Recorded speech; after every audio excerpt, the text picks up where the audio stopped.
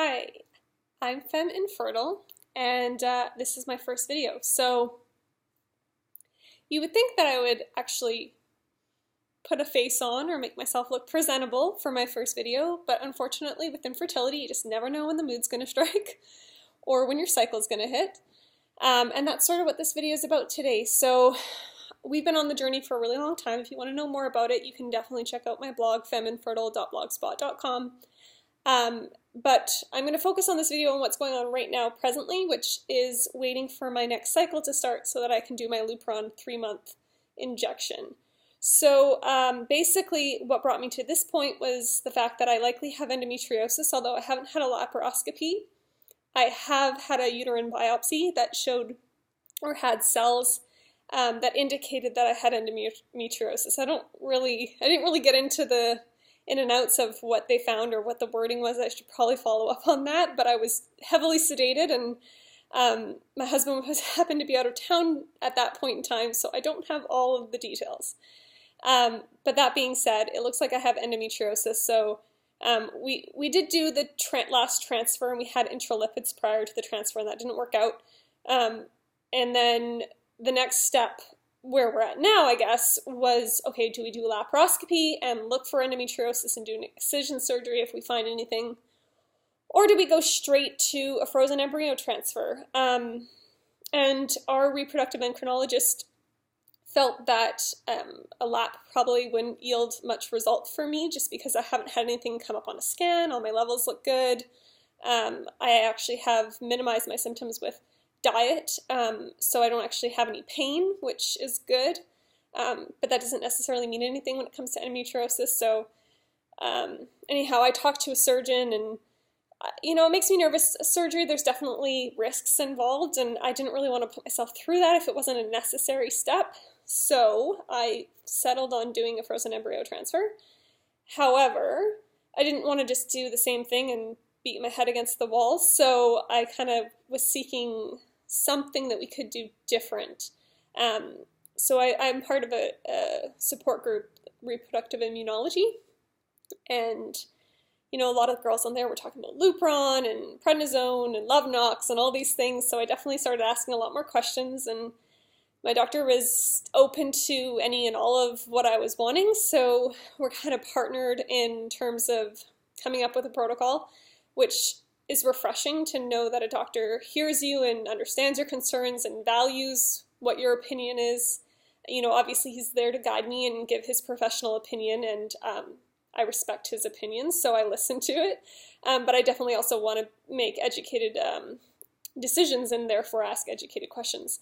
So anyhow, Lupron Depot was definitely one of the things that I sort of settled on after speaking with the endometriosis surgeon, and hopefully kind of help make the lining ready to implant, because I haven't ever had implantation. I've never had a positive pregnancy test, so hopefully with 3 months on Lupron and then a frozen embryo transfer cycle and immune protocol with the prednisone, Lovenox, etc., maybe, just maybe, I can be successful. So I'm waiting for day one because I need to email the doctor on day one and let him know that it is day one, and then we'll look at the timeline and decide if I do take my Lupron injection on, I think, day 3 I would be taking it.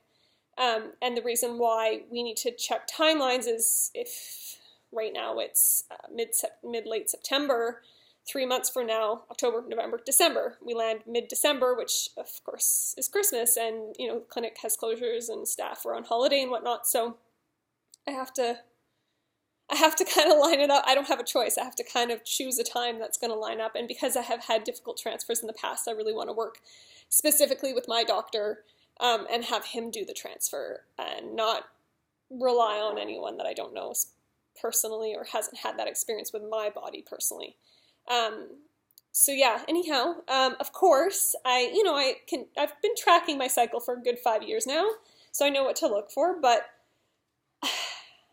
I believe that my period was due yesterday and at latest today, and it's now 8:15 and I still have no period. And I'm a little bit baffled but it's not unlike me to ramp up to ovulate and then not, and then ovulate late.